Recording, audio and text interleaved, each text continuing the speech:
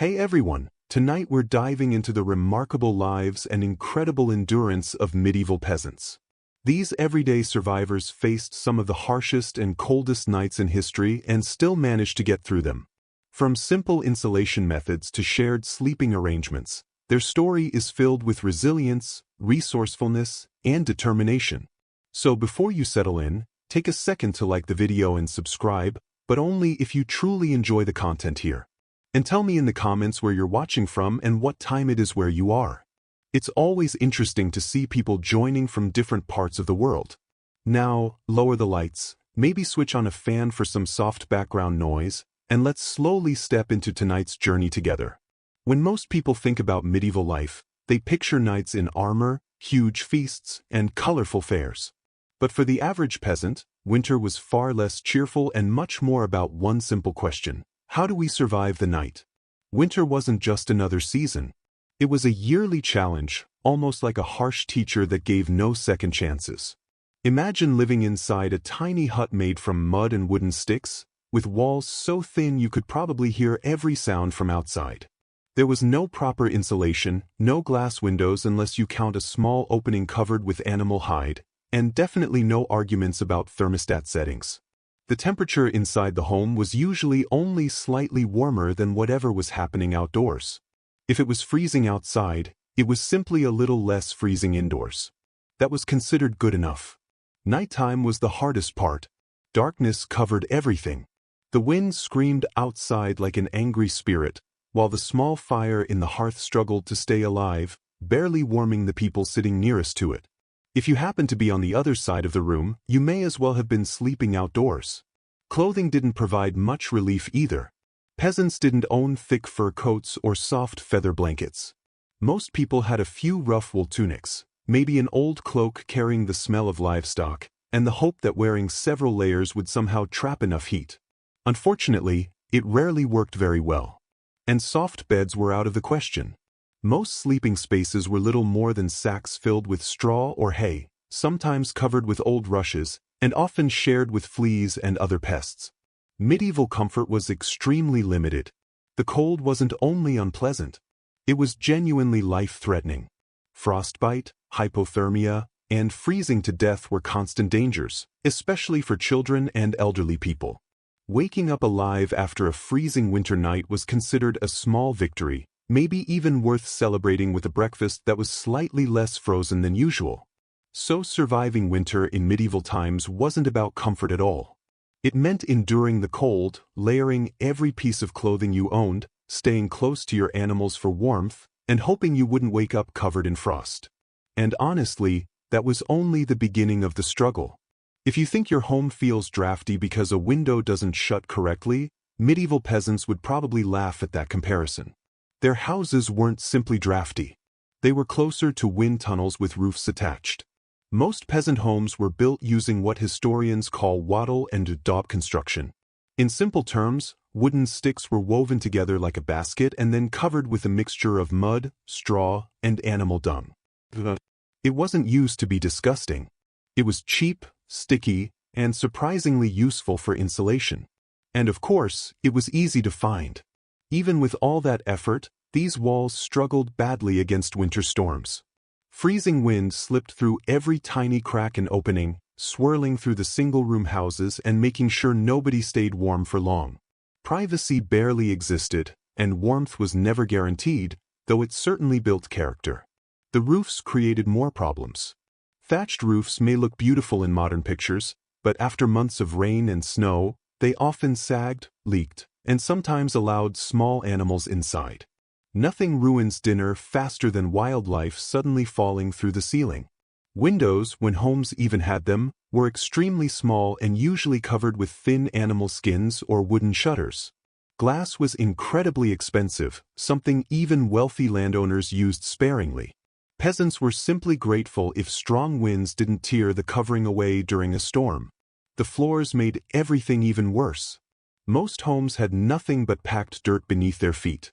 During heavy rain or snow, moisture rose from the ground, turning homes muddy and damp. In winter, walking across the floor could feel like stepping through frozen swampland. Cold came from every direction at once. from below, from above, and through the walls themselves.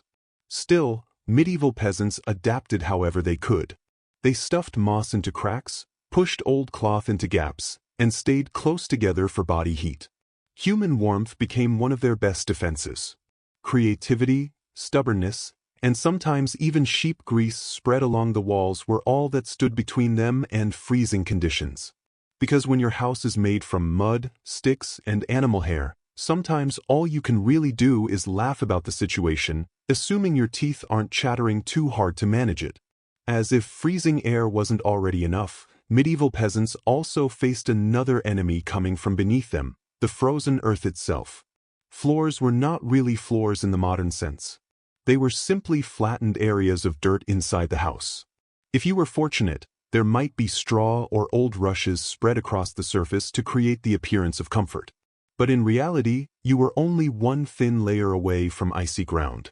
And the cold from below never stopped. It crept upward through the straw and into the body, slowly draining warmth away. Dropping something onto the floor during winter often meant touching ice-cold dirt to retrieve it. Peasants fought this problem in several ways.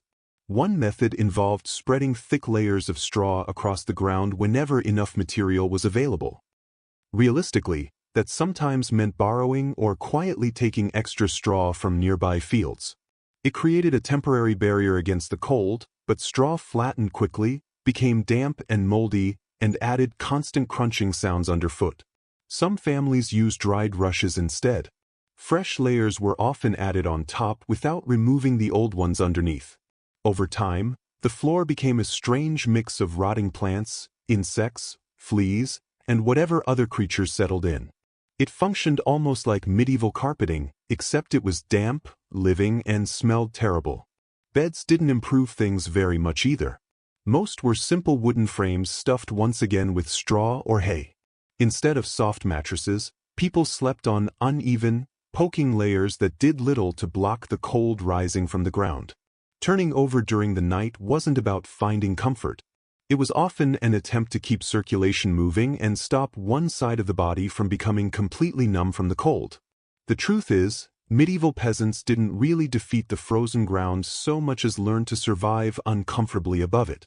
A good night's sleep wasn't about comfort or pleasant dreams. It was about waking up with all your fingers and toes still working.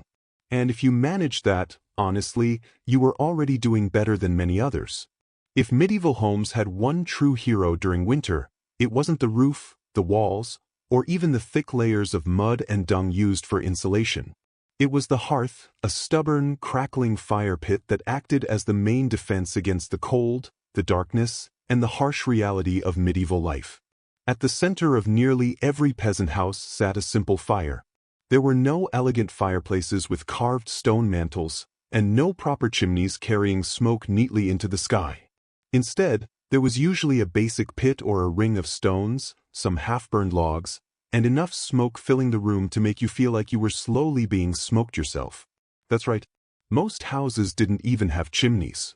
The smoke simply found its own way out through small openings in the roof, cracks in the walls, or directly into your lungs if it decided to stay indoors that evening. It wasn't healthy for breathing or life expectancy, but on the positive side, it did help drive away fleas and other pests. Who needed pest control when the entire house was constantly covered in smoke?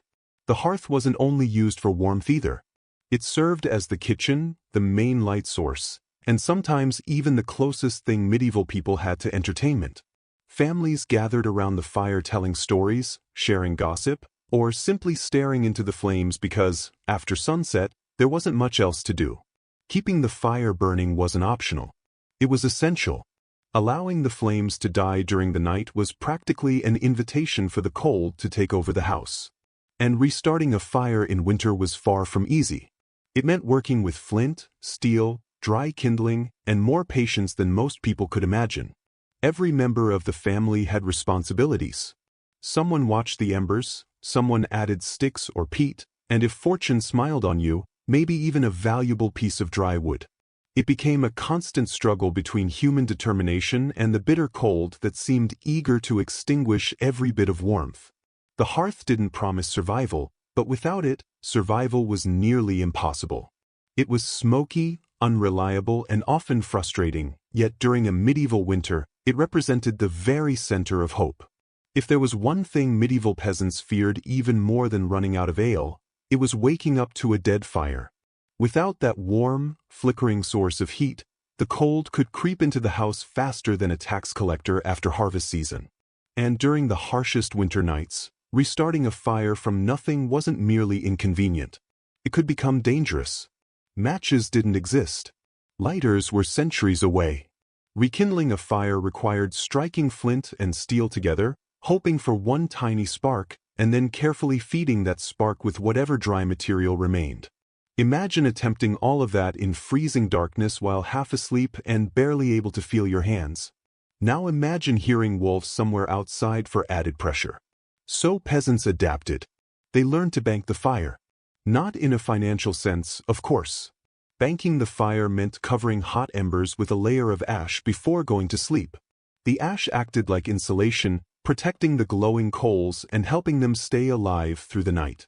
If it worked properly, you could wake up in the morning, stir the ashes, add fresh fuel, and bring the fire back without starting over from scratch.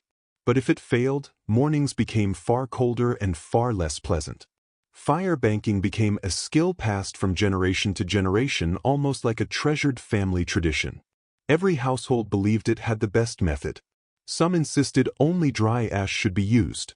Others believed slightly damp ash worked better. Some people packed the embers tightly, while others allowed airflow between them.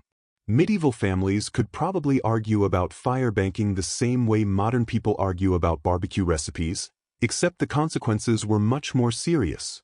Even then, banking the fire didn't always guarantee success. Strong winds could blow through cracks in the walls and extinguish the coals anyway. Sometimes animals wandered too close to the hearth and disrupted everything.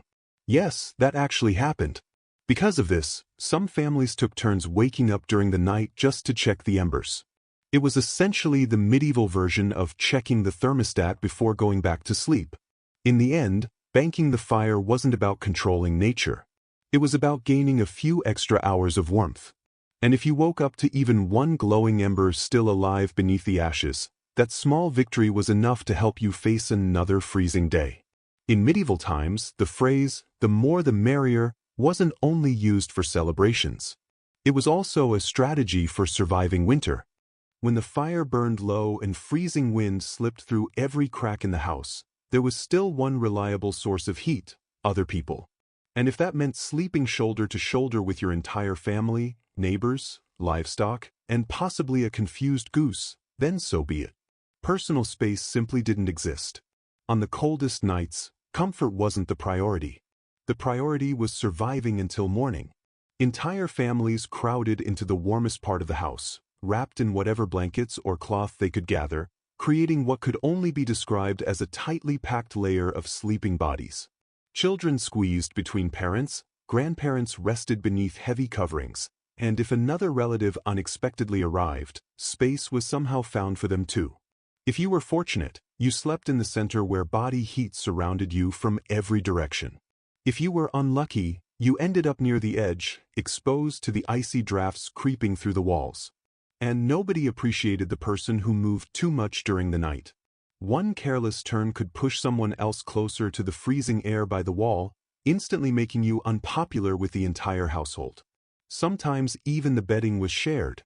Entire families slept on large straw mattresses that slowly flattened under years of use and the weight of multiple people every night. And since medieval hygiene standards were not exactly impressive, it's safe to say these sleeping arrangements were far from pleasant. But when the choice is between discomfort and frostbite, people stopped being selective. Body heat wasn't simply comforting. It was practical.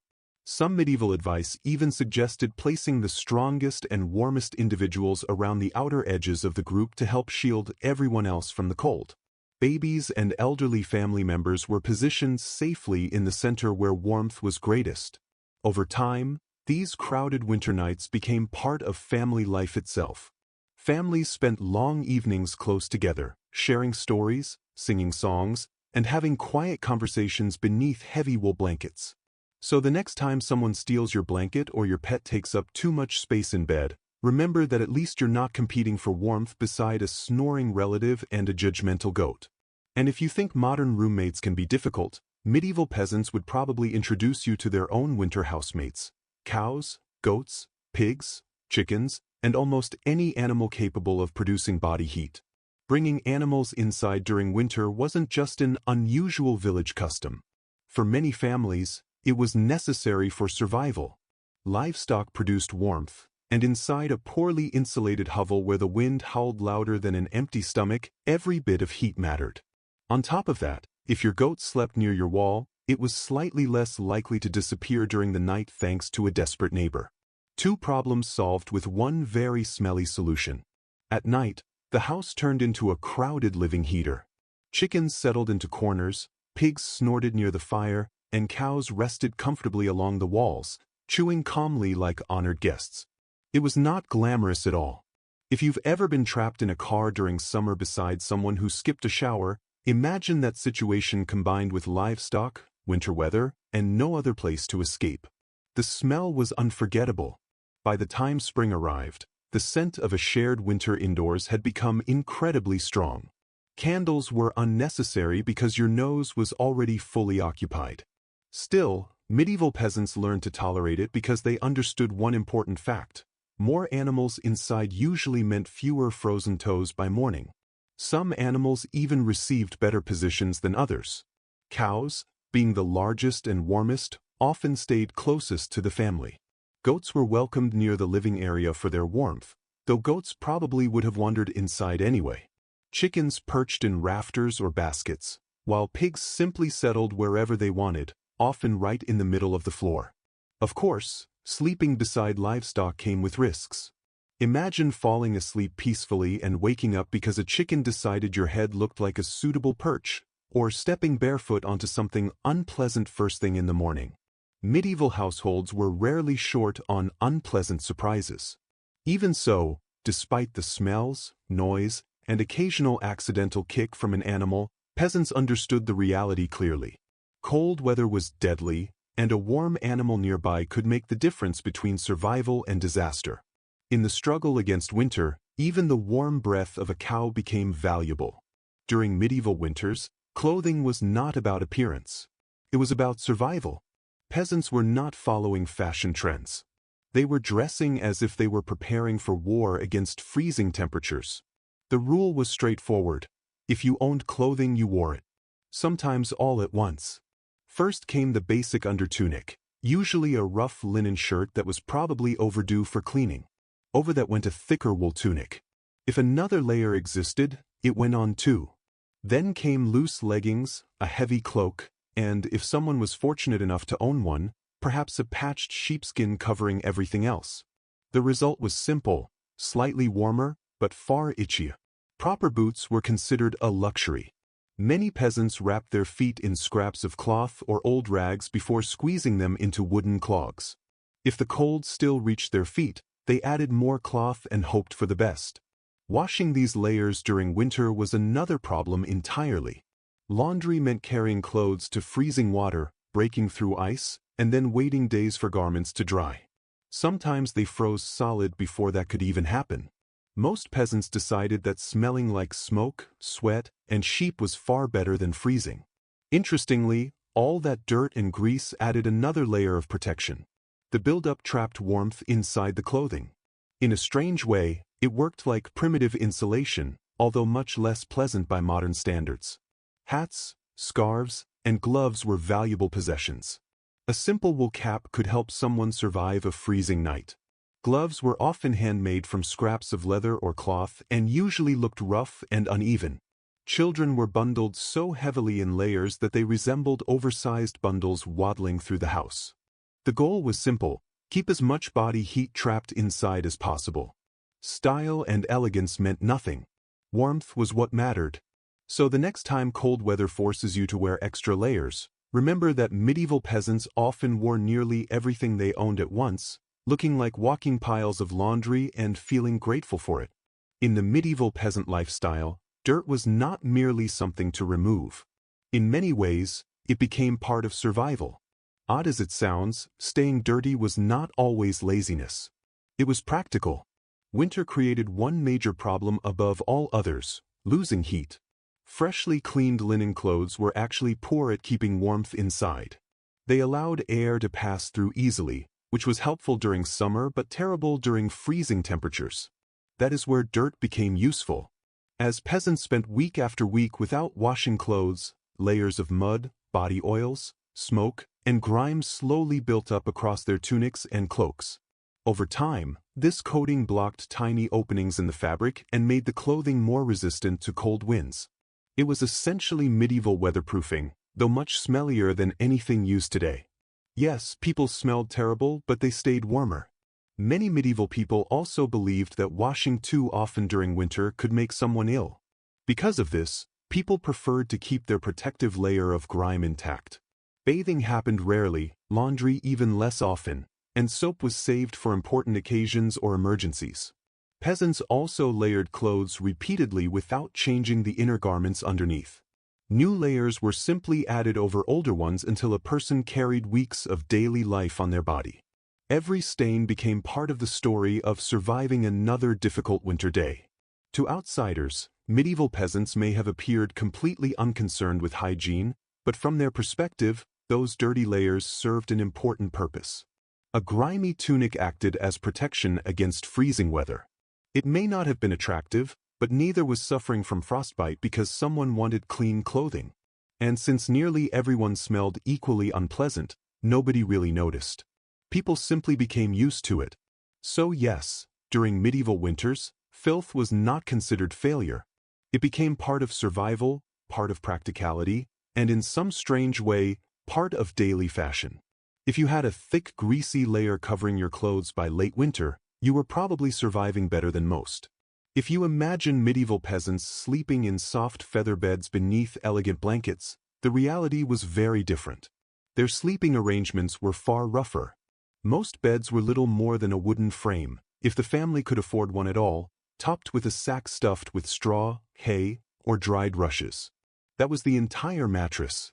No soft cushions, no support, and certainly no luxury. Just a lumpy pile that smelled faintly of farm life and old damp straw. Every movement during the night came with the sound of crackling straw and the occasional sharp poke from a stubborn stalk. Some peasants skipped the wooden frame entirely and simply spread straw directly across the dirt floor, creating a sleeping arrangement that was basic even by medieval standards. The straw bedding was not only uncomfortable, it also wore out quickly. Over time, the straw became flat, damp, moldy, and unpleasant to sleep on.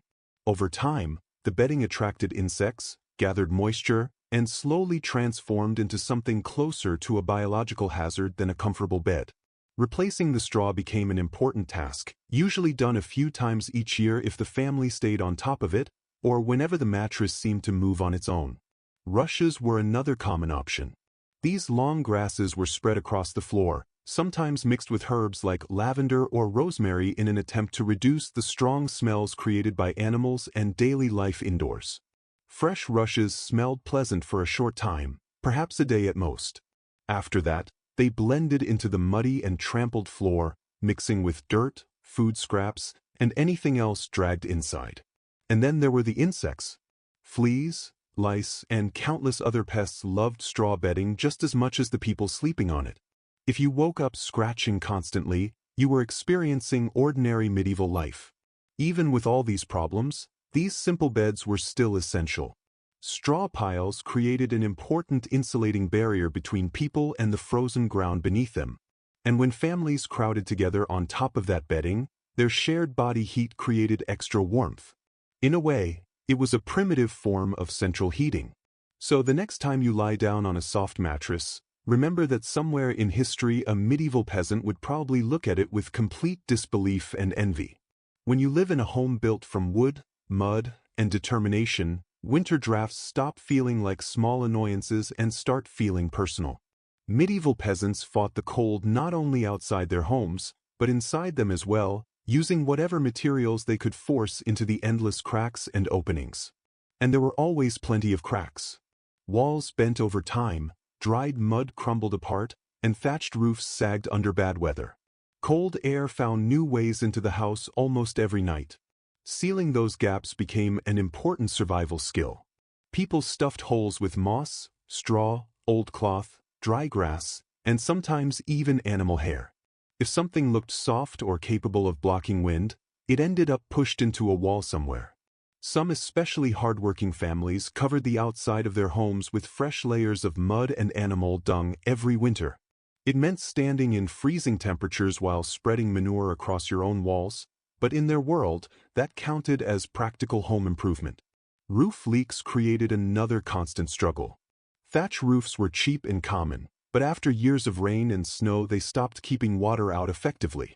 Peasants patched holes using cloth scraps, bundles of reeds, or, in desperate situations, chunks of turf taken from nearby fields.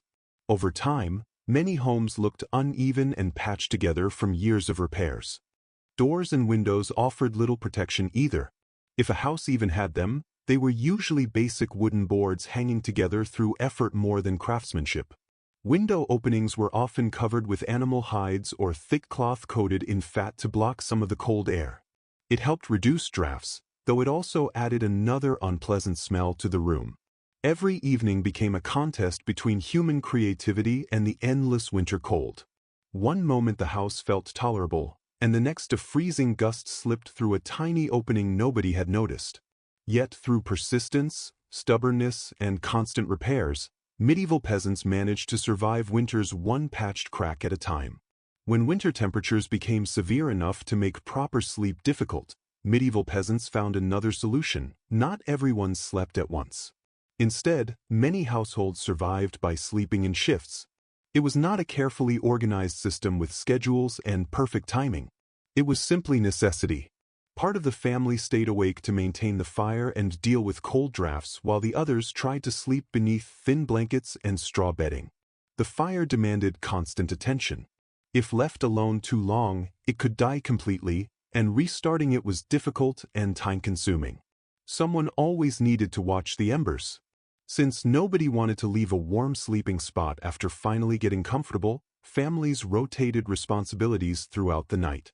One person slept for a few hours, then another woke them to take over tending the hearth.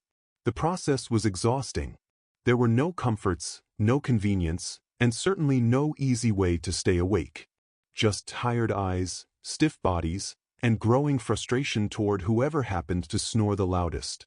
Children old enough to help were expected to participate as well. Winter survival depended on everyone contributing. Older family members often remained near the fire longer because they had more experience and because painful joints made constant movement difficult anyway. And even during sleeping hours, proper rest was difficult. People moved around the room, animals shifted constantly, wind rattled the walls, and family members accidentally rolled into one another through the night.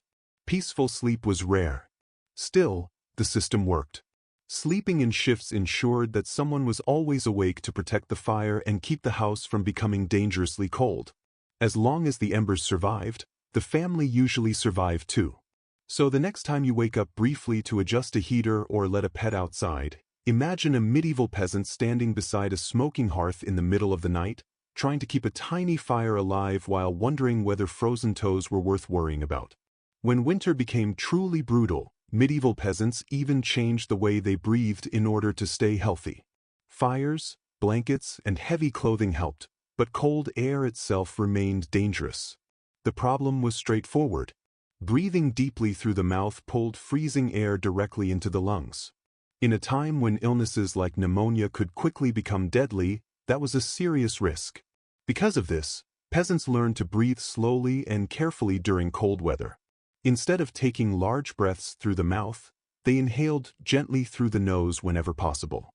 The nose helped warm the air slightly before it reached the lungs. It was not a perfect method, but it reduced some of the danger.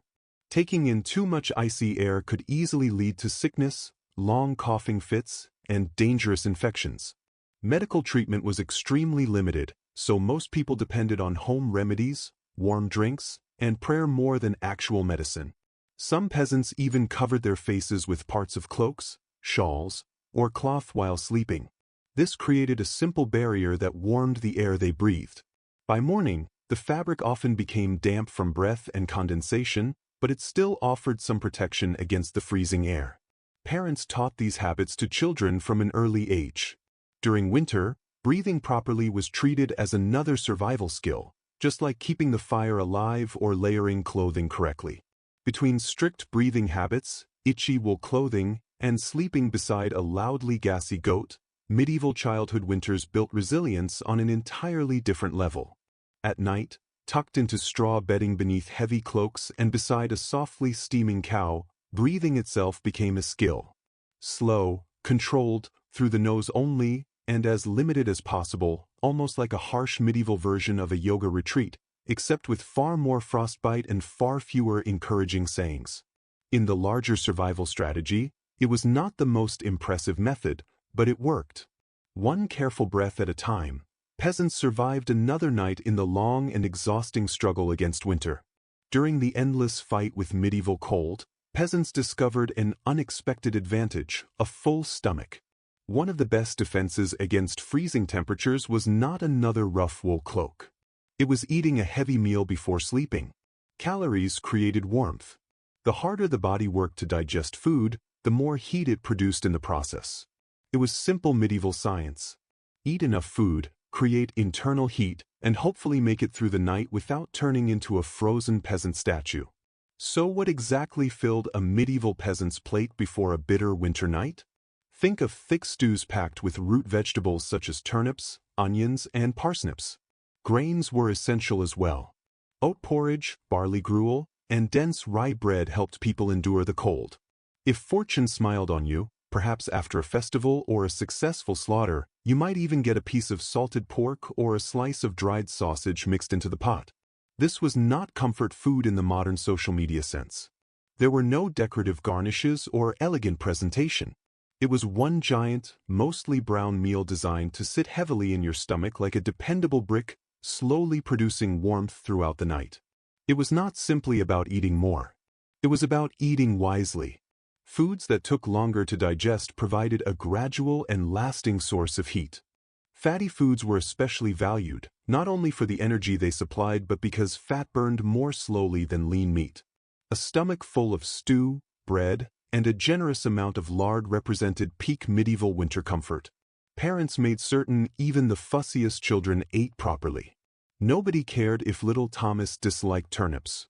You either ate the turnips or spent the night shivering while regretting your decision. Harsh but practical parenting, medieval style. Of course, eating heavily before bed carried its own problems. You might stay warmer, but you also risked vivid and strange dreams caused by a stomach struggling to process what felt like an entire cabbage field. Was it worth it? Absolutely. In the end, peasants were not chasing gourmet dining experiences. They were trying to survive. And if survival meant going to sleep full, uncomfortable, and breathing softly beside a steaming cow, then that was simply another night in the effort to witness one more icy sunrise. Long before electric blankets or heated mattress pads existed, medieval peasants had to improvise if they wanted extra warmth at bedtime. That is where the humble haybox and the surprisingly effective heated stone became heroes of winter survival. Let's begin with the haybox. It sounds simple, and it certainly was, but the idea was remarkably clever. Peasants used sturdy wooden boxes lined with thick layers of hay to store freshly cooked food and keep it warm for hours. Leftover stew or hot porridge could be placed inside, covered up, and kept warm enough for a late-night meal without the danger of restarting the fire. In many ways, it functioned like a medieval slow cooker. But peasants soon realized the haybox could preserve more than just food heat. If hay could hold warmth from a cooking pot, it could also hold heat from something even more useful: stones. This introduced the era of the heated stone. Before bed, usually whichever unlucky child lost the family argument would take a flat rock and place it deep inside the hearth fire.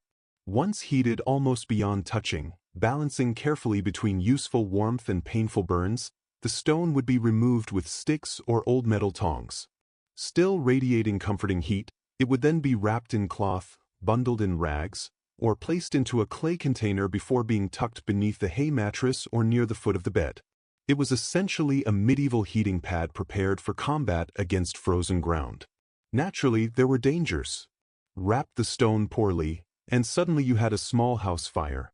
Drop it on your foot, and winter injuries quickly became more memorable. But when done correctly, the heated stone provided valuable warmth that lasted for hours. It was not luxury by modern standards, but when you lived in a freezing hut, luxury simply meant waking up without icicles hanging from your nose. In the larger collection of medieval winter survival tools, a hot rock buried in hay may not sound impressive, but for peasants desperately holding on to every bit of warmth, it felt like a small miracle. Inside a medieval peasant home, the hearth was more than a place to cook meals. It was almost part of the family. A smoky, unpredictable, and occasionally frustrating family member, but absolutely necessary for survival, especially during winter nights. The closer you slept to the fire, the better your chances of waking up warm. Because of this, sleeping positions were not based on comfort or personal choice. They were carefully arranged for survival. Infants, elderly family members, and anyone weak or sick received the best spots closest to the fire. Parents, older children, and stronger adults spread out farther away, almost like layers of human insulation. Giving the warmest places to babies and elders was not simply kindness. It was practical survival. Babies struggled to retain heat, and older family members carried valuable knowledge and experience, along with most of the household gossip. Still, sleeping near the fire was not entirely comfortable. Too close, and you risked waking up with singed hair or a smoking cloak. Too far away, and the cold turned your sleeping area into an icebox. It required careful balance. Close enough to benefit from the fire's warmth, but not so close that you resembled an overcooked roast by morning. The fire rarely spread heat evenly. Usually, it warmed the people sitting directly in front of it while everyone else competed for the narrow stream of warmth like cold lizards searching for sunlight. If you fell asleep facing the flames, one side of your body might stay pleasantly warm while the other side froze solid. Animals and pets also joined the struggle for warmth. Dogs often squeezed themselves between people and the fire, their tails dangerously near open flames. Chickens sometimes settled near the hearthstones, softly clucking through the night like tiny feathered guardians protecting the heat. Every crackling log and shifting ember carried a simple reassurance. You were still alive. You were still warm, at least for now. And so peasants drifted into restless sleep, soothed by the pops and hisses of the fire while each breath formed pale clouds in the freezing darkness beyond the hearth's fragile circle. It was not perfect, and it certainly was not comfortable, but it was survival, holding on to warmth through a handful of glowing coals. In the medieval world, no one truly survived winter alone unless they were willing to become a rather frozen, very well-preserved statue by January. Survival was not only a family responsibility, it was a village-wide effort. A messy, muddy, noisy collaboration where warmth and survival depended on everyone. Peasants understood that in the depths of winter, a strong fire and a pile of hay were never enough on their own. If a neighbor's house went dark, it was noticed immediately. If the smoke from old Tom's hearth stopped rising into the sky, someone would go to check. Not only because Tom might owe a chicken, though that could be a factor, but because survival depended on community.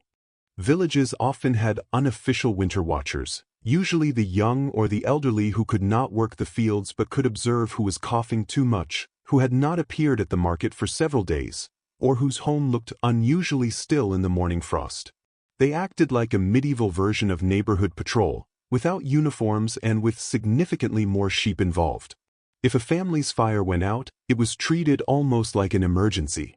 A helpful neighbor might rush over carrying a glowing coal wrapped in cloth, or better yet, invite the family into their own crowded and smoky home for the night. This often meant squeezing several extra people into already tight conditions, but it was far preferable to discovering frozen neighbors in spring. Communal food supplies also mattered. During especially harsh winters, villages sometimes shared the last of their salted meat, grain, and dried vegetables. It was a form of difficult charity. No one had enough, but a few shared meals could determine whether people reached spring or not. Even children understood their role. They helped deliver firewood, carried embers, and ran urgent messages when assistance was needed. No one was considered too small or too tired when winter became severe. Of course, medieval villages were not free from conflict. Disputes over land, livestock, or borrowed cooking pots still existed. However, when temperatures dropped and survival was at risk, many of these disagreements were quietly set aside. Tomorrow might require saving someone else, so maintaining the village often mattered more than holding on to grudges. In the frozen heart of winter, the village functioned like one large, determined family. Sometimes disorganized, often imperfect, but consistently committed to surviving together, one muddy step, one burning ember, one cold morning at a time. When medieval peasants faced harsh winter conditions, they did not rely solely on cloaks or firewood. They also turned to prayer. When wind howled against thin walls and flames reduced to weak embers, every possible source of help mattered, including divine support. Faith was not limited to weekly worship. It was part of daily survival.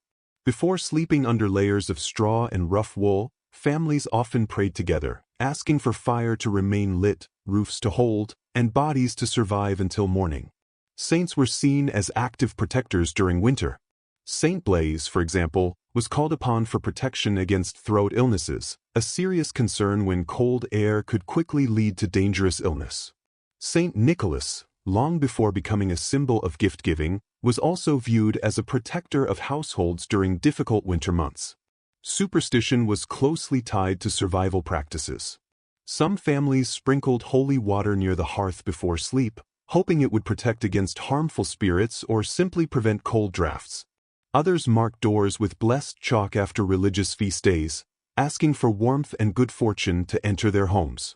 Candles also had importance. Special vigil candles, often blessed by a priest or respected village member, were sometimes kept burning through the night as a steady symbol of protection against darkness and cold. Even prayer included practical bargaining. People would promise better behavior or kindness to neighbors if they were simply allowed to survive the night, regardless of past disagreements or small thefts like stolen turnips. Faith was not abstract comfort. It was a constant, urgent conversation. People were not asking for luxury, only survival, heat, food, and another day until spring weakened winter's hold. This was simple, raw hope expressed through prayer, carried in cold breath, and held beneath thin blankets that somehow sustained them through long winter nights. Despite all effort, ingenuity, faith, and persistence, the reality was harsh. Sometimes winter still won. And when it did not always take just a few lives. It could take entire families, even whole villages, leaving silence beneath snow and ice. Some winters were especially devastating, such as the Great Famine period of 1315, when continuous rain ruined crops, livestock died, and freezing conditions turned survival into prolonged suffering. In extreme desperation, accounts describe people resorting to eating leather, bark, and in the worst cases, even cannibalism. Failing to maintain a fire was not a small issue. It could become a death sentence.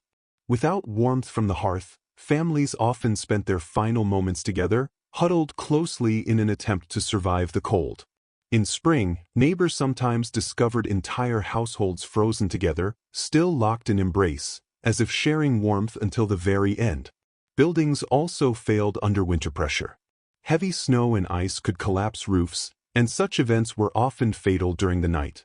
Attempting to reach neighbors for shelter by walking through deep snow was not always successful, especially when those neighbors were also struggling to survive. Disease also spread easily in cold conditions. Hunger weakened the body, while enclosed smoky homes allowed infections like pneumonia and bronchitis to spread quickly. A minor cough in December could become fatal by January. Frostbite was another silent danger. Fingers, toes, and ears could freeze and die while still attached to the body. Some survivors carried these injuries as lasting evidence of what they endured, a grim reminder of winter's cost. What is most striking is not only the death itself, but how ordinary it became. People expected that every winter would bring losses. Death was not surprising. It was part of seasonal reality, like another presence in the village. Even so, people continued forward with determination, grief, and persistence. As long as even a single ember remained in the hearth, there was still reason to continue. Looking back at medieval peasants, it is easy to focus only on hardship, the frozen limbs, smoke-filled homes, and constant struggle. But beneath that is something more significant, a record of resilience and practical innovation. They did not have central heating, modern clothing, or comfortable bedding. They also could not assume survival until spring. Yet they developed practical methods to endure. Every insulated wall, every maintained fire, and every shared resource reflected human adaptability under pressure. Faced with severe conditions, they did not simply give up. They adapted, they learned from the land, from one another, and from the harsh lessons written by each severe winter. Their communities were not just based on shared territory, but on shared survival. They taught each other to care for the sick, to pool resources when food became scarce, and to trust that helping a freezing neighbor today could mean receiving help tomorrow. The central understanding was simple: no one overcomes winter alone. Their faith also became a form of endurance. They folded prayers into daily life, not only out of fear, but also from hope, fragile yet persistent hope that tomorrow might bring slightly warmer days and a little more light. Hope that after many dark nights, spring would return and life would once again rise through frozen ground. And indeed it did. Because of their sacrifices and their small but meaningful victories, surviving one more night, enduring one more storm, future generations were able to thrive. Gradually, they pushed human living conditions forward, surviving winters that earlier generations could barely endure, until warmth and comfort became normal expectations rather than distant dreams. Their effort, hardship, and ingenuity are quietly woven into modern life. Every warm home, every soft blanket, every calm winter evening spent indoors is the result of countless medieval peasants refusing to surrender to the cold. So the next time the wind moves outside your insulated window, it is worth remembering them, the unnamed individuals who turned survival into legacy, one ember, one breath, one determined heartbeat at a time. And Bullen did not enter the world with a crown or armies behind her. Born around 1501, likely at Blickling Hall or Hever Castle, she was the daughter of Thomas Bullen, an ambitious diplomat, and Elizabeth Howard, a noblewoman connected to powerful families. In the wider structure of Tudor society, her birth caused little attention. Yet from these ordinary beginnings, an extraordinary path slowly formed, one that would eventually influence the course of English history. From an early age, Anne stood apart not because of wealth, but because of intellect. She was intelligent, energetic, and widely described as captivating. Recognizing her potential, her family sent her to Europe, where her education developed beyond what most English girls could access. She first served Margaret of Austria in the refined court of the Netherlands, gaining exposure to diplomacy, court etiquette, and European political behavior. Her development continued in France, where her abilities were further refined. In the courts of Queen Claude and Queen Marguerite of Navarre, she absorbed language, influence, wit, and courtly strategy. While other young women focused on embroidery and domestic skills, and trained in conversation, subtle persuasion, and the careful art of attention without appearing to seek it. By the time she returned to England in the early 1520s, Anne was unusual in every sense. She could match the sophistication of continental courts while carrying the ambition of an English noble house. She was not considered a traditional beauty, even by her supporters, but she was striking in a different way, dark eyes filled with intelligence, a sharp voice, and movements that suggested controlled purpose beneath courtly elegance. And did not simply enter a room, she changed its atmosphere. In a society where women's futures were often determined by birth and marriage, she refused to remain passive. She understood the influence she had observed abroad and intended to apply it in England. At this stage, she was still young and unproven, but already positioned within events that would soon involve the monarchy itself. When Anne Boleyn returned to the English court, she stood out immediately. In contrast to the pale, reserved expectations of English nobility, she appeared dynamic and unconventional. Her dark hair, expressive eyes, and sharp intelligence set her apart from the more traditional ladies of King Henry VIII's court. Initially, she served as a maid of honor to Queen Catherine of Aragon. Even in that role, her presence was noticeable. She danced with precision, spoke fluent French, and expressed herself with unusual confidence. This naturally attracted attention. Men observed her closely, and rumors spread quickly among courtiers. It did not take long for her to gain the attention of King Henry VIII himself. Henry was accustomed to admiration and courtly romance, as his court often included flirtation and informal relationships. However, and behaved differently. She did not respond with immediate acceptance or admiration. Instead, she maintained control. She challenged him, engaged him intellectually, and often refused his advances. This resistance deeply affected Henry. The more she maintained distance, the more his interest intensified. Their exchanges developed into letters filled with emotion, frustration, and desire. Henry offered her the position of royal mistress, a powerful unofficial role at court, and refused. She made it clear that she would not accept a temporary position. If Henry wanted her, he would need to make her his wife. This decision shocked the court. Henry was already married to Queen Catherine of Aragon, a respected and politically protected figure. Ending the marriage would require confronting both political alliances and religious authority. Despite this, and did not show hesitation. She understood court politics from her time in Europe and recognized the importance of calculated ambition. She continued to balance distance with engagement, carefully controlling how much she revealed to Henry. Her goal was not attention alone, but a position as Queen of England. What began as courtly interest soon developed into a political crisis. Henry VIII became increasingly determined to marry Anne Boleyn, even if it meant challenging long-standing religious and political structures. The main obstacle was his existing marriage to Catherine of Aragon, who refused to step aside and remained widely respected. Henry argued that his marriage was invalid, claiming it was cursed due to Catherine's previous marriage to his brother Arthur. Although the Pope had earlier approved the union, Henry now insisted it was spiritually wrong and needed to be annulled. This argument became central to his attempt to separate from Catherine, and, meanwhile, remained carefully positioned. She did not appear overly eager, instead maintaining controlled distance while keeping Henry's interest alive. Every interaction was deliberate, shaping how she was perceived at court. She was not only pursuing marriage but aiming to secure queenship. The court itself became divided. Noble families began choosing sides, aligning themselves either with Catherine or with Anne, as they sensed a shift in power that could reshape the future of England. Others remained fiercely loyal to Queen Catherine, horrified at the possibility of and taking her place. Diplomats sent urgent letters back to Rome. Foreign rulers issued warnings and threats of retaliation.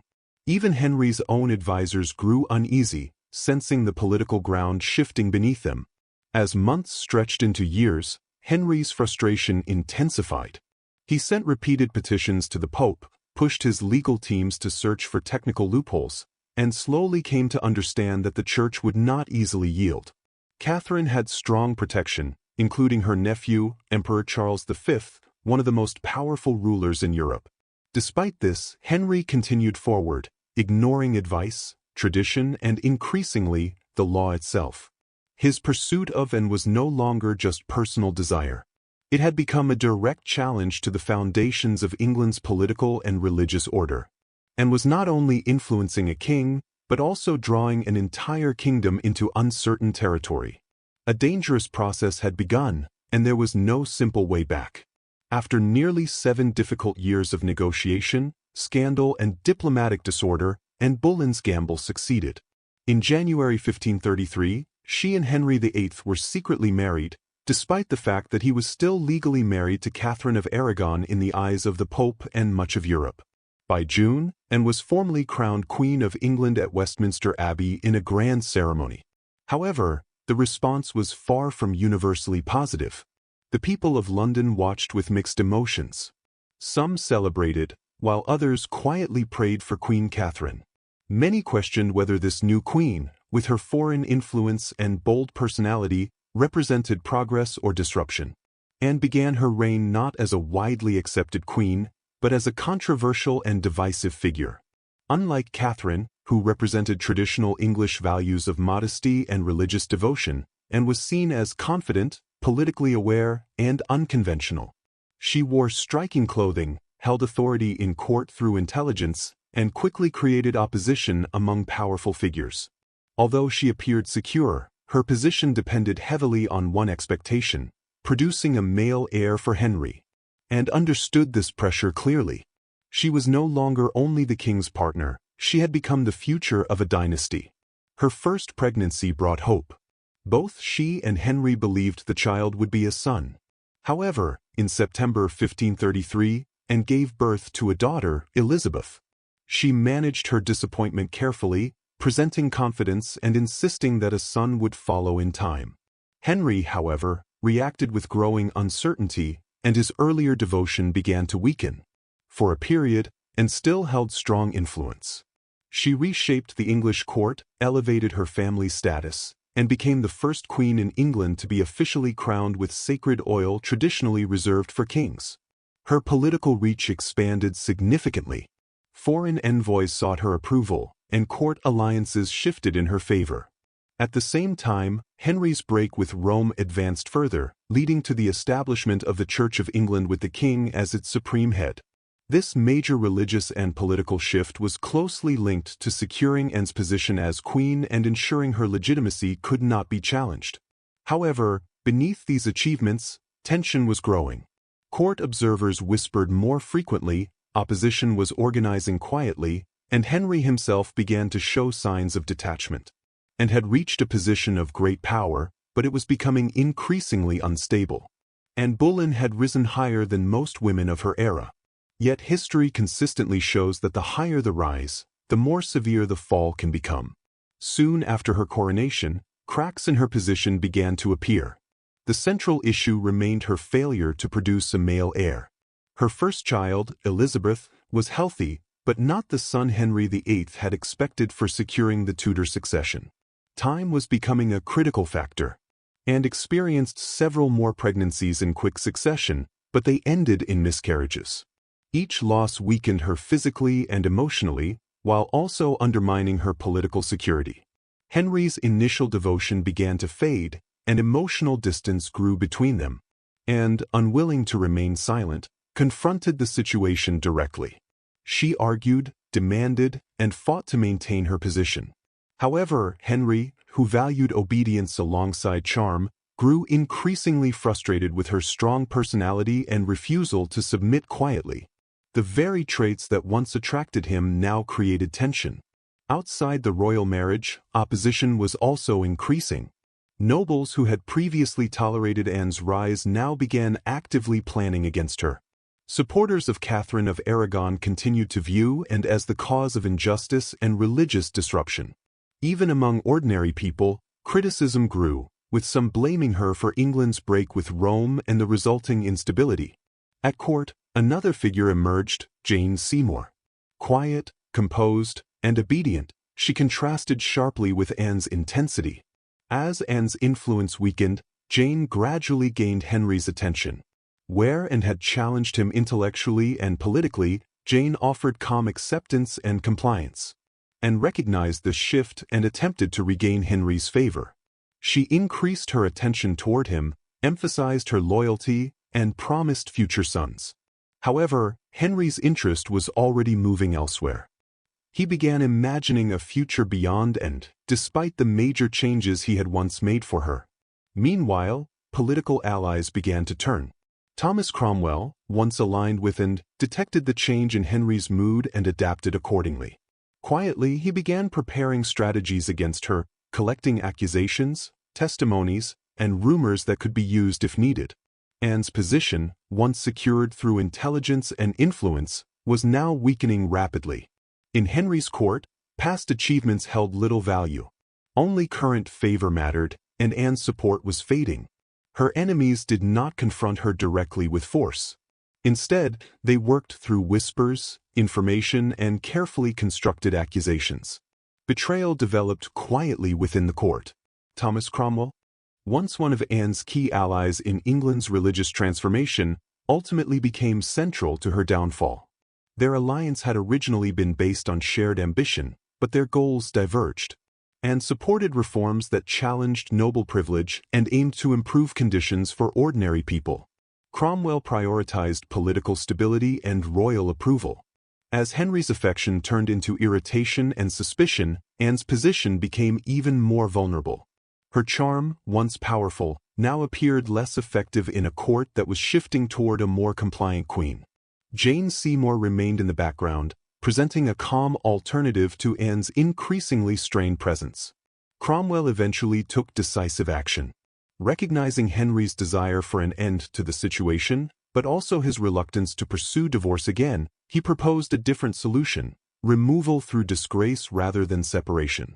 Serious accusations were prepared, including adultery, incest, and conspiracy against the king. And once a powerful and influential queen, was now being portrayed as a threat to the crown itself. Cromwell organized evidence carefully, encouraging confessions and reinterpreting court interactions as criminal behavior. Several men, including Anne's brother George Bullen, were arrested. The charges were inconsistent and often illogical, but in Henry's court, political necessity often outweighed factual accuracy. And, sensing danger closing in, attempted to defend herself. She appealed directly to Henry, reminding him of their past relationship and shared history. However, her efforts were no longer effective, and the situation continued to move against her. The man who had once torn England apart for her could no longer even meet her gaze. In May 1536, Anne was arrested and taken to the Tower of London. As the heavy gate closed behind her, the reality became clear. She was no longer a queen. She was a prisoner, caught in the same harsh political game she had once navigated with skill. Betrayal had sealed her fate, and alone in the tower, Anne Boleyn waited for the final outcome. Inside the great hall of the Tower of London, Anne stood before a panel of nobles, many of whom had gained their titles and status during her rise. Now they sat as judges, silent and observant, ready to remove the woman who had once helped shape England's future. The accusations were severe: adultery with multiple men, including her brother George Bullen, and high treason against the king, along with conspiracy. In another context, such claims against a queen would have been unimaginable. Here, however, they functioned as a formal process designed to justify Henry VIII's decision, presenting Anne's downfall as lawful procedure. Anne defended herself with the same intelligence and determination that had once gained Henry's attention. She denied every charge with clarity and control, maintaining a composure that even her opponents found notable. She reminded the court that she had been anointed queen with sacred oil, chosen and crowned according to divine authority. She referenced her loyalty, her sacrifices, and her past relationship with the king. However, the outcome had already been determined before the trial began. The proceedings served more as public confirmation than genuine investigation. Witnesses, many pressured or influenced, gave conflicting statements. Details did not align, and the evidence lacked strength. Still, these inconsistencies no longer mattered. The verdict was guilty. Her brother George Bullen and the other accused men were also sentenced to death, and was to be executed by beheading, a method considered more merciful than the traditional traitor's punishment of hanging, drawing, and quartering. When the sentence was announced, Anne remained composed. Her face was pale, but her resolve did not break. Before being returned to her cell, she stated that she was prepared for death and asked for God's mercy on her soul. As she left the hall, the court reacted with relief as the turmoil surrounding her neared its conclusion. Yet they failed to recognize that they were not erasing Anne Boleyn. They were turning her into a lasting historical figure defined by tragedy and betrayal. After the trial, Anne was taken back to the Tower of London, no longer as a queen, but as a condemned prisoner awaiting execution. Even in confinement, she did not collapse emotionally. In the cold stone chambers, she spent long hours in prayer, kneeling and speaking steadily. She confessed no crimes, believing herself innocent of the accusations. She stated that she was not afraid of death, but hoped her passing would bring peace to the kingdom and some measure of protection for her daughter, Elizabeth. Her ladies-in-waiting, still loyal to her, wept privately, while Anne herself offered them comfort. At times, she used dark humor, remarking that she would be remembered as a queen who had lost her head, showing the same sharp spirit that had defined her life. Henry VIII, meanwhile, showed no hesitation or regret. His attention had already shifted to Jane Seymour. Even before Anne's execution was finalized, plans for a new marriage were underway. This final rejection from the man who had once changed England for her was perhaps the deepest form of betrayal. On May 18, 1536, Anne was informed that she would die the following morning. She slept very little that night, instead spending her final hours in prayer. She asked forgiveness for those who had wronged her and reflected on her own ambition and pride. In a gesture of limited clemency, Henry arranged for a French swordsman to carry out the execution. This was intended to ensure a quicker and less painful death than an axe. It was a small concession, likely meant more to ease the king's conscience than to benefit Anne. At dawn, Anne dressed with care for her final appearance. She wore a dark gray damask gown trimmed with fur, with a crimson petticoat beneath, colors associated with dignity and sacrifice. Her dark hair was neatly pinned under a simple cap. She prepared herself calmly, showing controlled dignity as she faced what was to come. As the morning mist covered the Tower courtyard, Anne Boleyn, queen, mother, and political figure, stepped forward. There were no emotional outbursts or pleas, only quiet resolve in the final moment. 3 ships, the Dartmouth, the Eleanor, and the Beaver, arrived and her story was approaching its end, but its historical impact was only beginning. On May 19, 1536, Anne Boleyn stepped onto the scaffold within the Tower of London. A small audience had gathered, courtiers, guards, and witnesses, standing in silence. Anne appeared composed, her gray dress moving slightly in the cold air. She looked fragile compared to her court presence, but her expression remained steady. She spoke briefly, carefully choosing her final words. She offered no accusations and made no defense. Instead, she prayed for the king's well-being and continued rule, the same man who had ordered her downfall. In doing so, she left behind forgiveness rather than protest. Even those present who had expected her collapse were struck by her composure. The executioner, brought from France to ensure a swift process, stepped forward and knelt upright, hands folded, eyes covered with a cloth. She remained still. The sword fell once. The execution was quick and silent.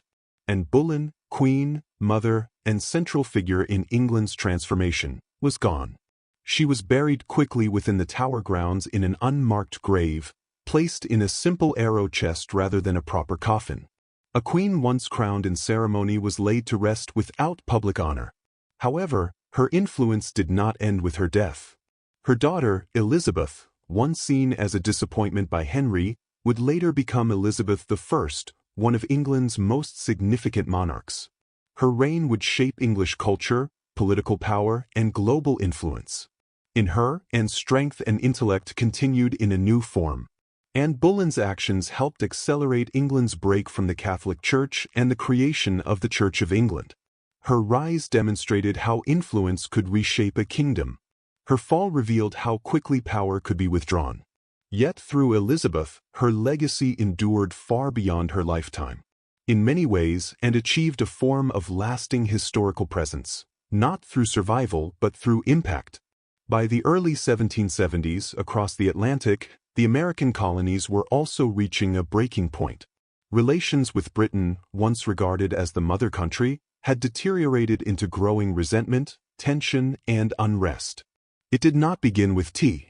Years earlier, the Stamp Act had already angered colonists by placing taxes on everyday items such as newspapers and playing cards. After that came the Townshend Acts, which extended taxation to essential goods like paper, glass, and paint. Each new law, passed thousands of miles away by a parliament in which the colonies had no representation, felt like another spark falling onto dry ground. At first, the reaction stayed within formal boundaries. Colonists responded with polite petitions and strongly worded pamphlets. Colonial assemblies issued official protests, while merchants organized boycotts. Writers such as Samuel Adams and John Dickinson filled newspapers with arguments centered on liberty and political rights. Over time, however, frustration deepened into something more serious, a growing belief that Britain was no longer willing to listen. Worse still, many colonists began to feel that Britain simply did not care. Some still hoped that strong resistance and clear arguments would lead Parliament to repeal the taxes. At times, that hope was justified.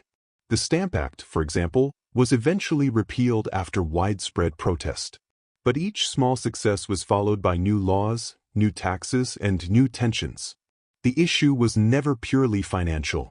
The tax amounts were relatively small by British standards. The real conflict was about principle. Colonists were being taxed without their consent, treated as subjects rather than represented citizens, governed as distant possessions rather than political partners. Boston became the center of resistance. The Sons of Liberty, a secretive and highly active group, grew increasingly bold. In 1770, tensions erupted into violence when British soldiers fired on unarmed civilians in what became known as the Boston Massacre. Blood was now on the streets, and trust had largely disappeared. By 1773, the colonies were approaching a breaking point. The final trigger did not come in the form of new troops or laws, but through something far less dramatic on the surface: crates of tea. At the time, colonists did not yet realize that the night tea entered Boston Harbor would mark a turning point in history. That same year, Parliament made a major political error. Believing the colonies would accept cheaper tea without resistance, it passed the Tea Act. The law was intended to support the struggling British East India Company and also reinforce Parliament's authority to tax the colonies. On paper, the plan appeared practical. The Tea Act allowed the company to sell tea directly to the colonies, removing middlemen, reducing prices, and offering a small cost advantage. From a financial perspective, it seemed reasonable. But politically, it was highly controversial. The core issue was not price. It was principle. The Tea Act kept the existing tax on tea in place. Accepting the tea, even at a reduced cost, would mean accepting Parliament's right to tax the colonies without consent. For many colonists, this was unacceptable, as it challenged the rights they believed they had defended for years. News of the Tea Act spread quickly throughout the colonies. Merchants were outraged, seeing their businesses threatened by a monopoly that could destroy local trade. Political leaders reacted strongly, viewing the policy as a clear statement that Britain intended to impose its will regardless of colonial opinion. In Boston, the reaction was especially intense. Already affected by the Boston Massacre and ongoing economic strain, residents saw the Tea Act as a direct trap disguised as a benefit. Refusing the tea became a matter of principle and public honor. Town meetings grew larger and more heated. Newspapers published increasingly forceful arguments. Groups like the Sons of Liberty, led by figures such as Samuel Adams, organized coordinated boycotts, pledging that no tea from the East India Company would be accepted, sold, or consumed in the colonies. Across other ports, ships carrying tea were turned away. From New York to Charleston, resistance spread quickly, sending a clear message: the colonies would not be controlled through economic pressure. Boston, however, became the central point of confrontation that remained anchored in the harbor, unable to unload their cargo. British officials demanded compliance, while colonists refused. A deadlock formed, growing more intense each day. The situation became increasingly unstable. Boston was no longer just resisting, it was moving toward open conflict. In taverns, churches, and public squares, colonists debated their next steps. The Sons of Liberty, including leaders like Samuel Adams, John Hancock, and Paul Revere, quickly organized resistance efforts. Public notices called for continued boycotts of British tea, and large meetings gathered farmers, merchants, and craftsmen in growing numbers. Each assembly strengthened collective opposition. The Old South Meeting House became the center of political activity. Thousands filled the building, while others stood outside, unable to enter. Within, speeches were delivered, resolutions were passed, and tensions steadily increased. Each vote against unloading the tea reinforced colonial resistance. However, time was running out. British regulations required imported goods to be unloaded and taxed within 20 days of arrival.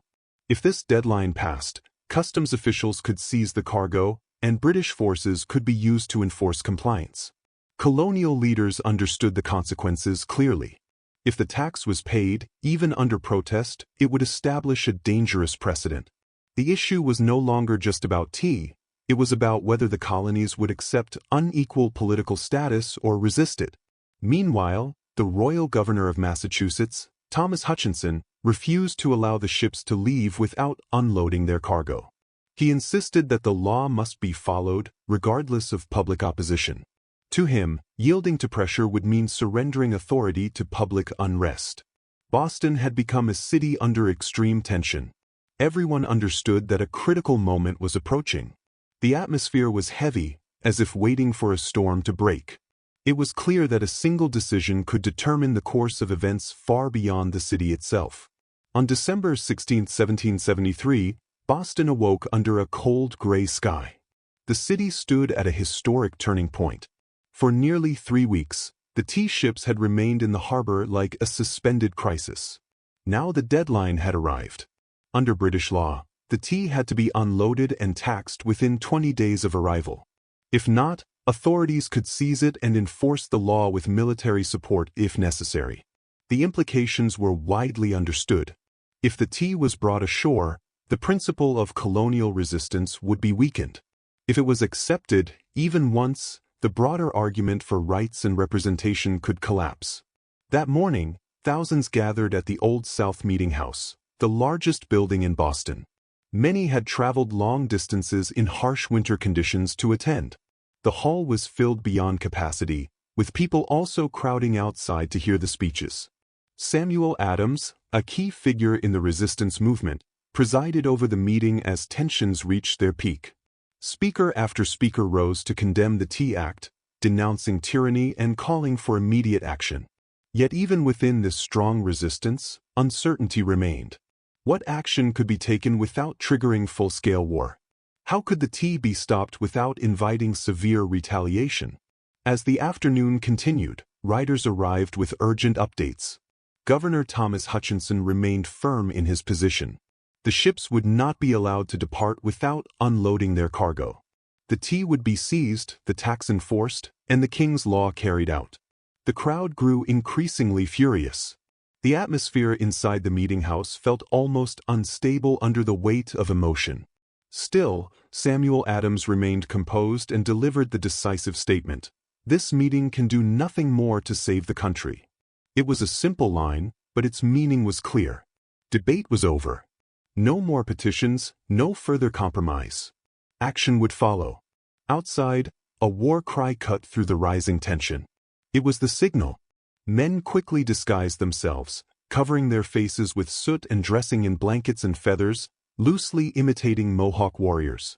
The purpose was not deception, but symbolism, an unmistakable declaration of defiance. The deadline had passed. Boston would respond not with words, but with direct action. As evening settled over Boston on December 16, 1773, the streets began to move with quiet activity. Figures emerged from the shadows, ordinary men wrapped in rough clothing, their faces darkened with soot, some wearing feathers. They were not attempting to impersonate Mohawk people. The disguise carried symbolic meaning, representing a break from their former identities and a commitment to resistance. Dozens made their way toward Griffin's Wharf, where 3 ships, the Dartmouth, the Eleanor, and the Beaver, were anchored. The harbor water below was dark and restless in the cold winter air. There was no chaos or shouting. This was not a riot. It was a carefully organized operation. Carrying hatchets and clubs, the disguised colonists boarded the ships and quickly overpowered the small number of crew still present. The sailors were not harmed. They were moved aside as the operation began. The men then split open wooden chests with controlled, repeated strikes. The smell of tea filled the freezing night air as the contents spilled out. Other crates were lifted and thrown into the harbor, where they splashed heavily into the dark water. One by one, 342 chests were broken open and emptied, sending thousands of pounds of tea floating across the harbor's surface. Onlookers stood silently on the wharf, watching in disbelief. British soldiers nearby did not intervene. The reasons remain unclear, whether hesitation, sympathy, or fear of escalation. Some accounts suggest even they understood that the situation had moved beyond control. The discipline of the participants was striking. No goods other than tea were taken. No valuables were stolen. In a city where scarcity was common, there was opportunity for looting, yet it did not happen. This was a targeted political act, not an economic one. When the operation ended, the harbor resembled a vast, disturbed basin filled with broken crates and floating tea leaves. The scent of saltwater mixed with crushed tea filled the air. Without ceremony, the participants disappeared into the city's narrow streets. They left no names and made no claims, only a clear political statement. As the final debris drifted in the water, Boston fell into an uneasy silence. The Boston Tea Party was not a riot or disorderly outbreak. It was a deliberate, organized act of resistance carried out with precision under cover of night. The harbor became filled with floating tea, staining the water dark. Some observers attempted to collect soaked leaves, but members of the Sons of Liberty prevented it. Nothing was to be taken from the event. The action was meant to stand alone, without profit or personal gain. The next morning, Boston awoke to the strong smell of salt and tea lingering in the air. News spread rapidly through conversation, letters, and printed reports. By midday, nearly everyone in the city knew what had taken place. Public reaction was divided. Supporters of the movement expressed pride, seeing the act as a bold stand against imperial control. Others, especially loyalists and moderates, viewed it as dangerous destruction of property that could push the colonies beyond the point of return. Governor Thomas Hutchinson reacted with anger from his residents, not only at the loss but at the implications. If royal authority could be challenged so openly in Boston, it could encourage resistance elsewhere. British officials were equally shocked. They had expected protests and boycotts, perhaps even unrest similar to earlier disturbances over the Stamp Act. What they did not expect was a coordinated group calmly destroying large amounts of royal property without widespread violence or theft. The ship captains, the Dartmouth, the Eleanor, and the Beaver, watched helplessly as their cargo was lost beneath the water. Official records later valued the loss at more than £10,000, a significant financial blow. However, the greater damage was not financial. It was the collapse of trust, loyalty, and the belief that the colonies and Britain were still operating under mutual consent. The sinking of the tea marked a turning point. Beneath the surface, a deeper realization emerged. The era of peaceful protest was fading. A larger confrontation was becoming unavoidable, and Boston had already stepped forward. When news of the Boston Tea Party reached London, the response was immediate and severe. British officials interpreted it not as protest, but as open rebellion and a direct challenge to royal authority. King George III was reportedly angered by the news, and Parliament reacted with strong demands for punishment, not only for Boston, but as a warning to all colonies. The result was a series of punitive measures quickly known in America as the Intolerable Acts. The first was the Boston Port Act, which closed the city's harbor until the destroyed tea was paid for. This effectively halted trade, cutting off Boston's economic lifeline. Ships could no longer enter or leave, and commercial activity collapsed. Next came the Massachusetts Government Act, which reduced colonial self-governance and placed greater authority in the hands of royal officials. The Administration of Justice Act allowed British officials accused of crimes to be tried in Britain, shielding them from colonial courts. This reinforced the message that imperial authority could not be challenged locally. Finally, British troops were stationed throughout Boston, quartered among the population as a visible enforcement presence. The message from London was unmistakable: resistance would be met with force. Liberty was a privilege the Crown was no longer willing to accept. However, Parliament's strict response produced an unexpected outcome. Instead of forcing the other colonies into obedience, it fueled widespread anger. Reports of Boston's hardship, its closed port and rising scarcity under military control, spread sympathy and outrage throughout the colonies. Wagons loaded with food and essential supplies began arriving in Boston from neighboring regions. Messages of support, commitments of unity, and secret gatherings slowly began to connect the previously divided colonies. What had once been viewed as a local Massachusetts issue was quickly becoming a shared American concern. In attempting to punish Boston, Britain aimed to set an example. Instead, it turned Boston into a symbol of resistance. The early sparks of rebellion, once scattered and isolated, now began to grow across multiple colonies, becoming increasingly difficult to contain. The punishment of Boston created political shockwaves far beyond Massachusetts. Across the 13 colonies, anger gradually evolved into something more significant and more dangerous for Britain: unity. For years, the colonies had behaved like distant relatives, divided by geography, religion, and competing trade interests. But when Parliament closed Boston's harbor and removed Massachusetts' self-governance, colonists across the continent recognized a shared reality: if it could happen to Boston, it could happen anywhere. From Virginia to Pennsylvania, South Carolina to New Hampshire, the response was rapid.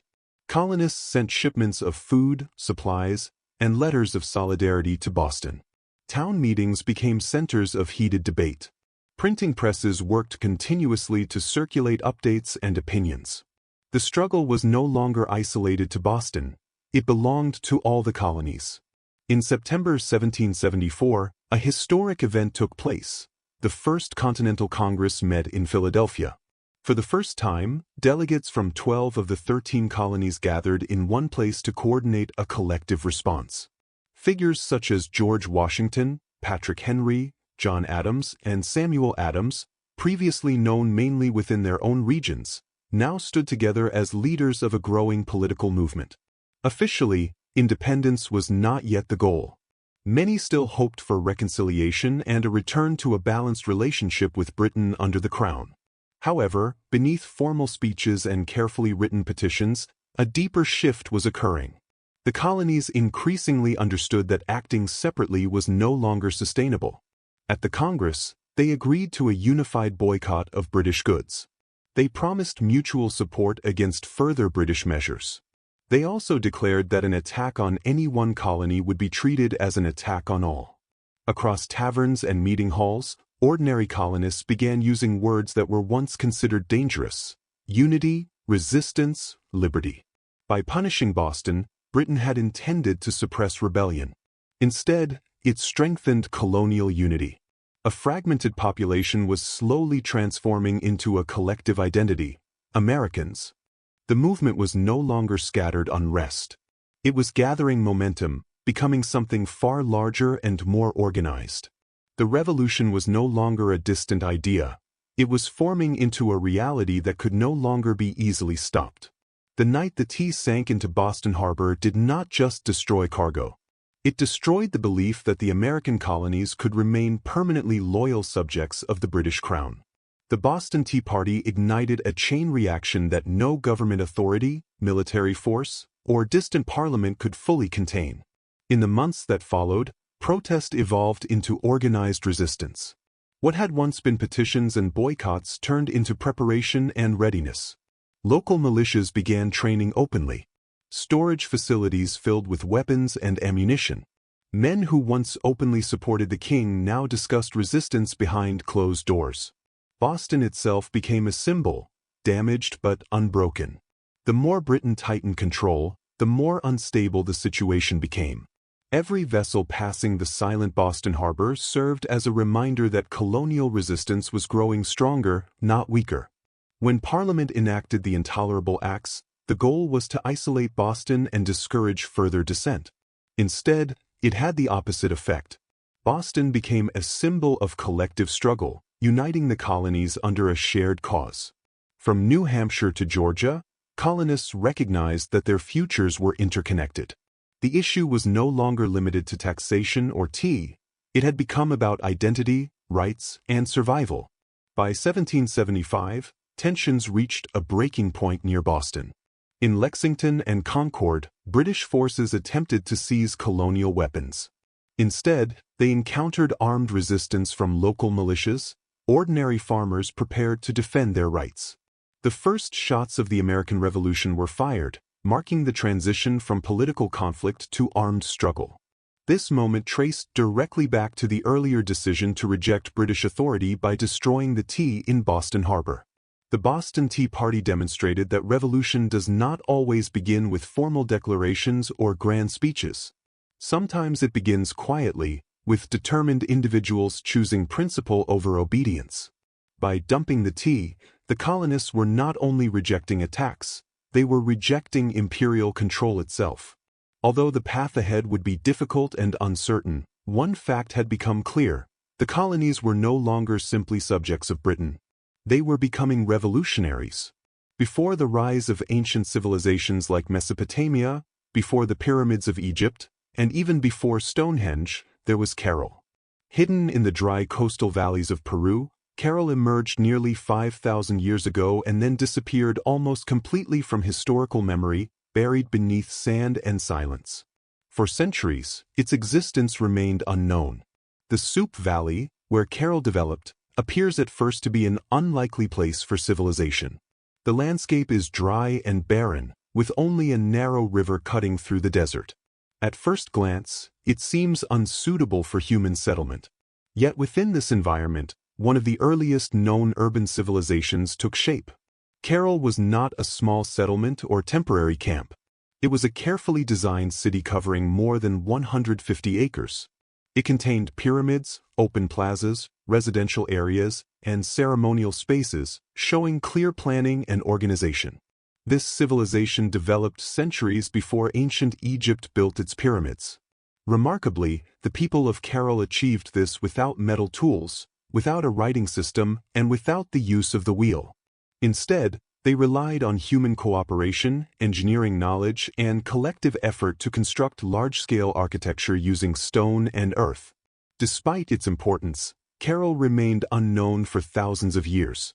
Even when early travelers encountered its large earth structures, they assumed they were natural formations shaped by wind and time. It was only in the late 20th century that archaeologist Ruth Shady and her team uncovered the truth. Their discoveries revealed that Carol was one of the oldest urban centers in the world, reshaping historical understanding of early civilization in the Americas. Carol had risen, developed, and eventually disappeared without leaving a known historical record.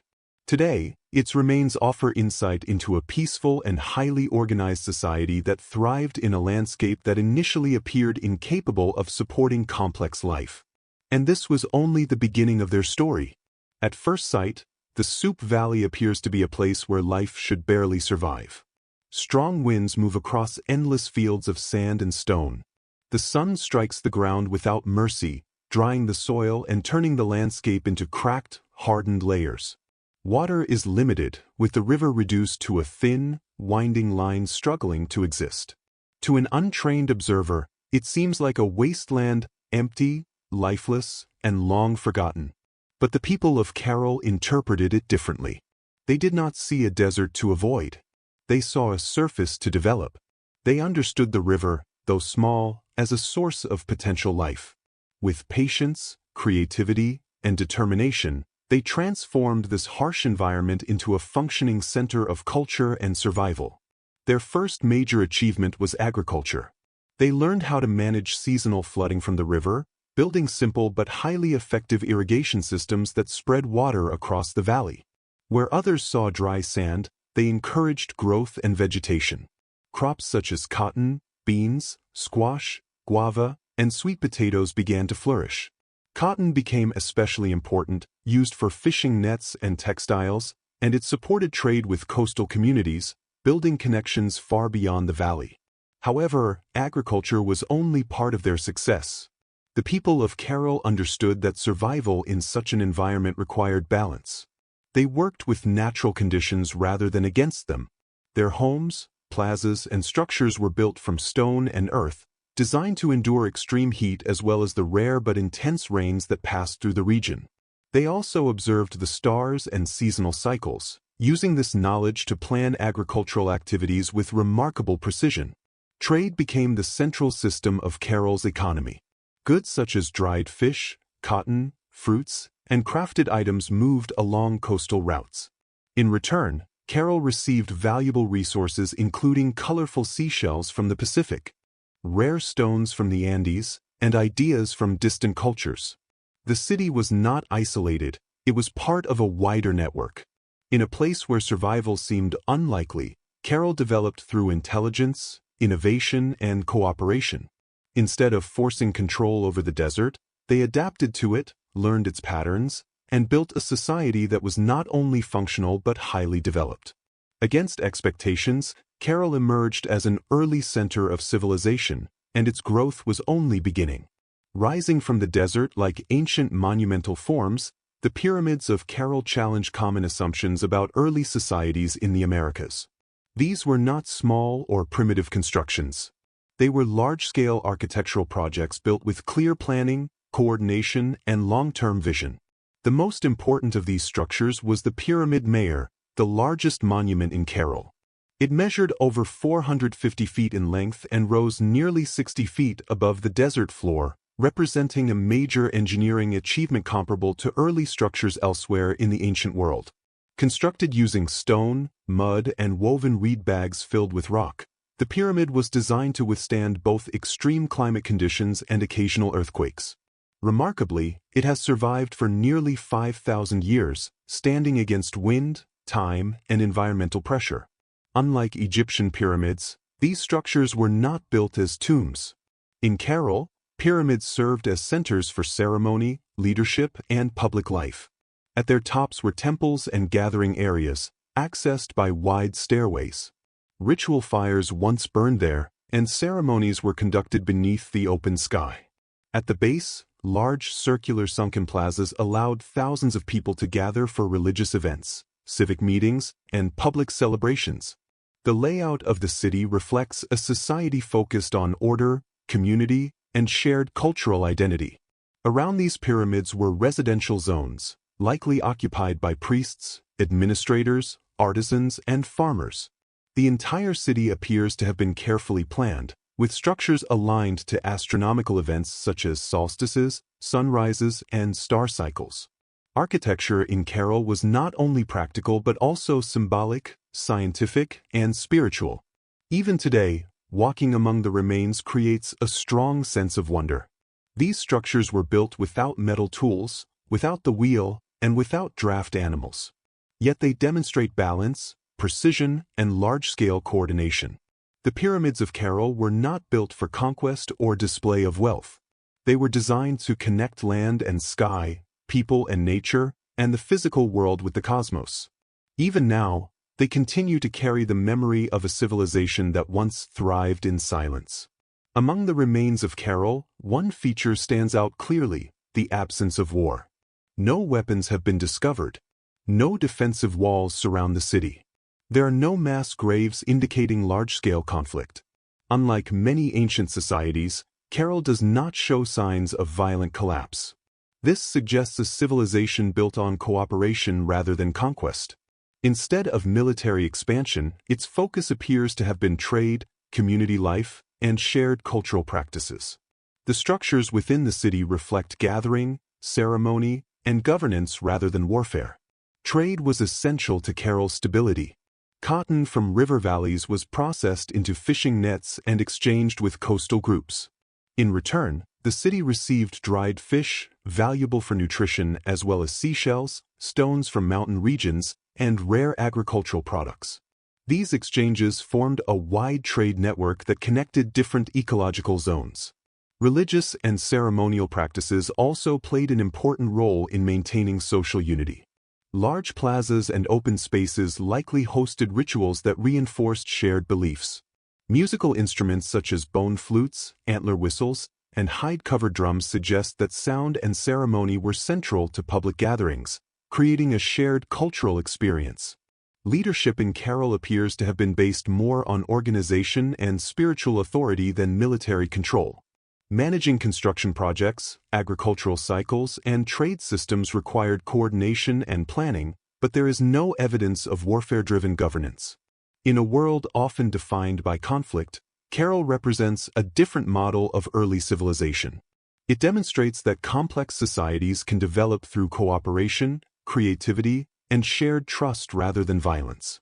Within Carol, the stone structures still seem to reflect traces of a distant world. The city was not only a center of buildings and trade but also of ritual, sound, and cultural rhythm. Archaeological discoveries reveal musical instruments carefully crafted for performance and ceremony. Flutes made from condor and pelican bones, whistles shaped from deer antlers, and small drums covered with animal skins have been uncovered in the ruins. These objects were not simple tools. They were carefully designed instruments, tuned to specific tones and intended to carry sound across large open plazas, showing that music and ceremony were deeply embedded in daily life. In a world without written language, music became the voice of emotion and meaning. Picture it, the deep rhythm of drums echoing at dusk, flutes rising like the desert wind, and the steady stamping of feet across sunken plazas as crowds gathered under fading daylight. Fires burned on top of pyramid platforms while priests in finely woven garments chanted to deities of rivers, land, and stars. In those moments, Carol was not simply a settlement, it was a living performance. The city's design itself shows that ritual life was central. The grand plazas were not empty open areas, they were carefully planned spaces meant for collective ceremonies. The circular sunken courts functioned like early amphitheaters, concentrating sound and attention toward the rituals at their center. Above them, the pyramids stood as sacred structures, built not as tombs, but as human-made mountains linking earth and sky. Ceremonies likely marked seasonal changes, agricultural cycles, and the movement of stars. Music was not entertainment alone, it served as a connection between people, nature, and spiritual belief. A bridge between the physical world and the unknown beyond. Remarkably, there is no evidence of violent imagery, war-focused deities, or large-scale human sacrifice. In Carol, the spiritual system appears centered on balance, respect, and celebration rather than conflict. Even today, when desert winds move through the ruins, it is easy to imagine echoes of that distant sound, fragments of ancient music carried across time. Carol was not only a center of ritual and trade, it was also an extraordinary example of early engineering, showing remarkable human creativity in a difficult environment. Without metal tools, without the wheel, and without animals for labor, the people of Carol built a city from stone and earth that has lasted nearly 5,000 years. Their construction achievements were significant. Massive pyramids rose from the valley floor, not made from small uniform bricks, but from large stones transported across the dry landscape. Workers carried materials using woven reed bags, strong containers made from river plants capable of holding heavy loads. Layer by layer, they built carefully, filling inner spaces with stone rubble to strengthen the structures and ensure long-term stability. They also understood the challenges of their environment. Carol is located in a region with frequent earthquakes, yet its structures survived with remarkable resilience. This was achieved through early earthquake-resistant design, flexible construction methods, layered foundations, wide bases, and rounded edges that helped absorb seismic force. This knowledge came not from written manuals, but from close observation of nature. Water management was another major achievement. Despite the desert conditions, the people of Carol created irrigation systems that directed river water toward farmland. These channels allowed crops to grow even during dry periods. Every drop of water was carefully used, with nothing wasted. The city's layout also reflected advanced planning. Major structures were aligned with astronomical positions, showing an understanding of solar and seasonal cycles. The sunken plazas were not only public gathering areas but also functional spaces used to observe the sky and track time, helping guide agricultural and ceremonial calendars. Carol's urban design shows a highly organized society. Residential areas, administrative zones, and ceremonial centers were arranged in a structured way that balanced daily life with spiritual practice. The city was built not for short-term use, but for long-term continuity across generations. Today, modern engineers study Carol with admiration. Its survival shows that progress is not defined only by technology, but also by understanding natural forces and working in harmony with them.